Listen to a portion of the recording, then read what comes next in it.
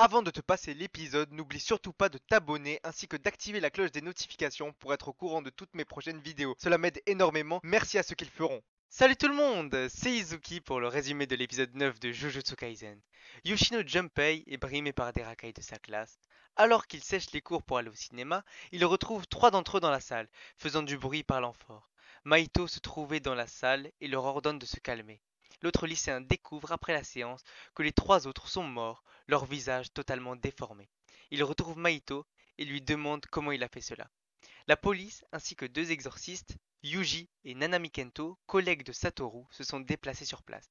Kento, déçu par le métier d'exorcisme, est parti un temps travailler comme salarié dans le privé, mais tout aussi insatisfait est revenu à l'exorcisme. Il fait savoir à Yuji qu'il va devoir faire ses preuves pour qu'on change d'avis sur lui et son statut. Il commence l'inspection du bâtiment, suivant les impuretés, traces laissées par des sorts lancés par des fléaux, et débusque deux fléaux. Ils en prennent chacun un, Kento élimine le sien, puis observe Yuji.